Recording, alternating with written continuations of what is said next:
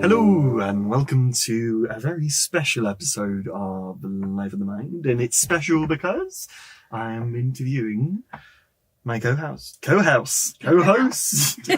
Joy Amy Wigman. Hello.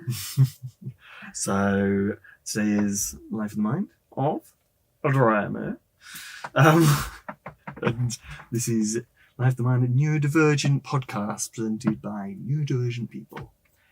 Which is what we are. Yeah. Yeah. As it turns out. So who knew? I know. It's weird, isn't it? I didn't know. No. And that's kind of what we're going to be covering today. So that you can get to know the people who are just talking at you all the time. Who are these people and what validity do they have to talk about these things? Well. So, what is your relationship with neurodivergence? Oh, okay. So my relationship with neurodivergence is a complicated one because I only discovered that I was autistic back in June 2023, and I am 41. Which means I've spent the majority of my life not knowing I was autistic. I say the majority of my life, the whole of my life, not knowing that I was autistic, and really beating myself up about it. And because stuff likes to stack, I also have fibromyalgia and complex PTSD. Nice. Well, it's a good collection of acronyms and long words that are difficult to spell. Yeah. You're never short of a story about your life. No. Some sort of, or fuel for creativity. Yeah. Fibromyalgia is a really good one for Scrabble. That's that would score really high. It really would. No, don't try and work it out. Anyway, don't work it out right now. Someone will be Googling that later. Thank you. Leave it in the comments. But yeah, how did that discovery earlier this year as we recorded, actually? It's really not that long. Bloody hell. Yeah. How did that change your relationship with yourself? Oh gosh, so much. So I have spent my entire life thinking that I am fussy and that I just need to try harder, and basically wearing a million hats for different things and pretending to be somebody different at all of them. And I had like a big old happy cry because I realised I didn't have to beat myself up anymore. So if I'm walking into my bathroom on the sides of my feet because I can't bear the way that the bathroom floor feels on my bare feet, I'm no longer saying, don't be so absolutely ridiculous, that's insane. I'm now going, oh, it's okay, I'm neurodivergent. And to not have, there was definitely a bit of euphoria about knowing I didn't have to be so hard on myself. But also I am struggling with the unmasking and taking all the masks off and learning which ones are actually quite helpful to me and look after me rather than worrying about looking after other people, and which ones were detrimental. So I'm kind of going through that process at the moment. Yeah. It's tricky.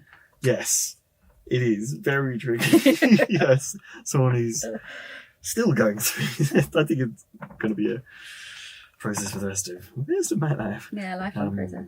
Yeah, but yeah, I can relate to that being tricky. Yeah. How do you? Because you're a performer. Yeah. And all round creative type. Oh, thank you. I mean, just look at me wearing. No, look at what I'm wearing. That's not useful for an audio format. No, but it's helpful if you watch it on YouTube or look at the pictures. Plug. Because whatever episode, let's face it, it's going to be quite loud. Yeah, that's if clothing can be loud. Yeah, from what I know of you, that is true. Yeah. But yeah, how did that? Do you think, knowing what you know now, that your neurodivergence kind of impacted how you became a performer and whether you kind of developed your masks and being with the world? Yeah, so I started sort of, I think the first thing I remember being in, I was about 3. And I know, right? And the thing about doing drama from a young age is you're taught how to behave. You're taught how to look like you're listening.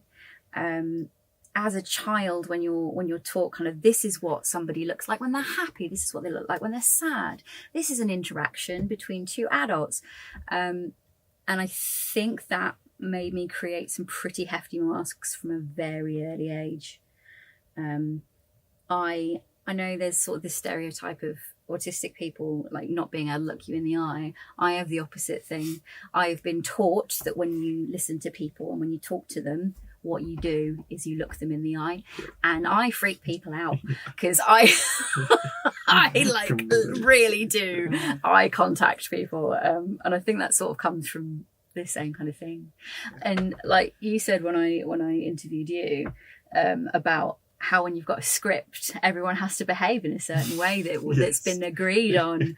There's a rule book. There's a rule book, and even like because I've got quite a heavy career in improv, and improv has rules.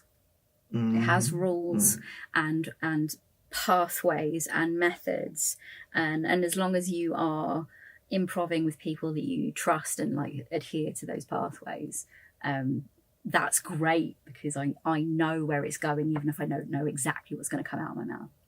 Yes. Yeah. It's still got that. Enough rules. It's not, improv is not complete chaos. No, it's not chaos. It's fascinating. It's fascinating. It's been fascinating for me as I've done more, dabbled in that a little bit to see, oh no, that actually does have some, I still hate it as a thing to do myself, but it does actually have more than you might think. Yeah. Of rules and structure. But that performing from an early age, it does teach you to put on masks and put on hats and behave in a certain way. And you mentioned on a previous episode about gendered diagnosis, and I just like it really had not occurred to me that I might be autistic until I was sat in my therapist's office and explained all this stuff to her that I hadn't told her because it was so buried and so intrinsically who I was, but I couldn't let anybody see it. And it was like a sort of light switch when she said, I think you're autistic. And it was like it was this big ball drop of okay.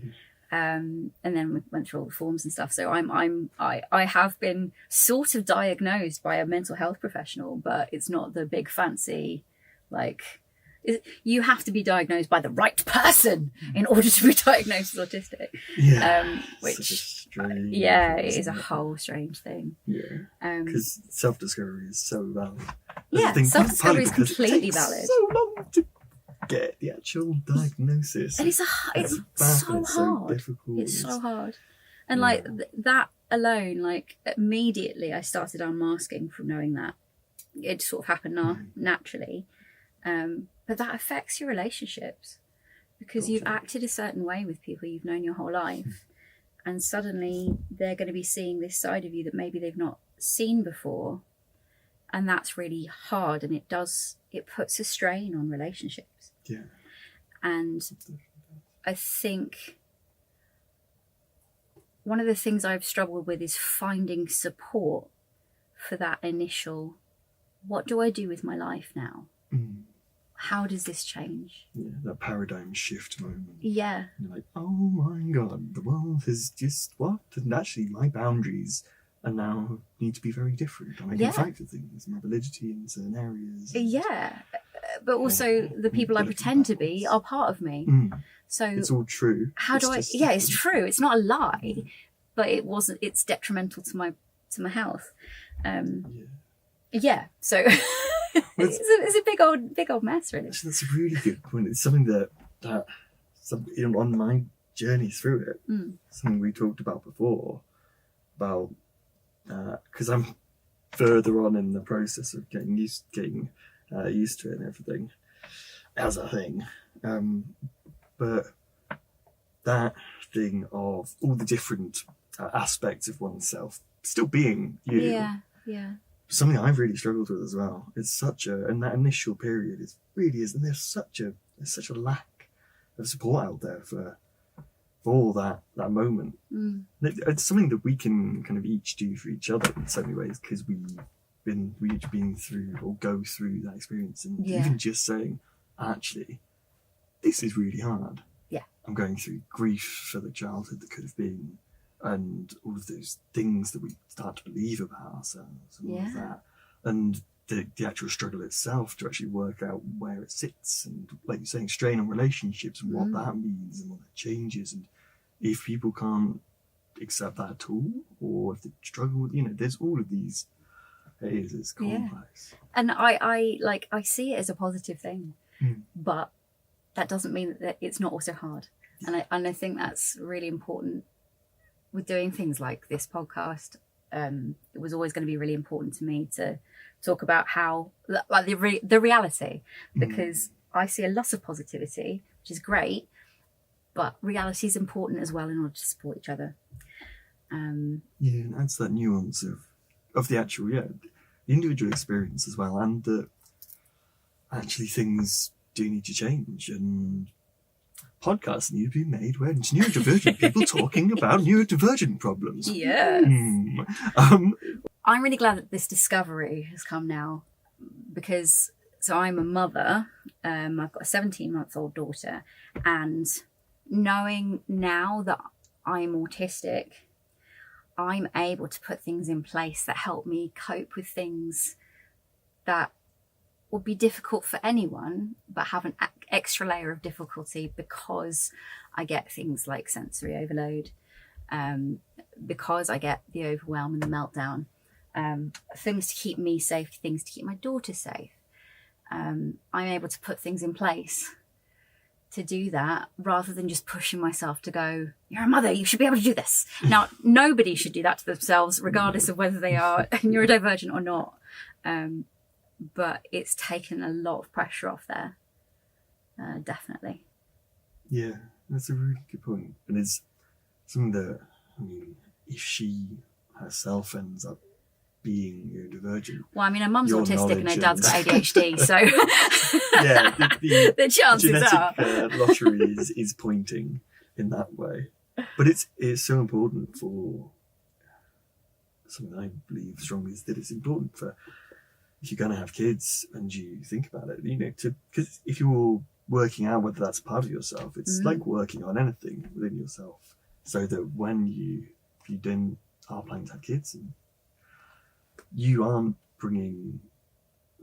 necessarily going to bring on those problems.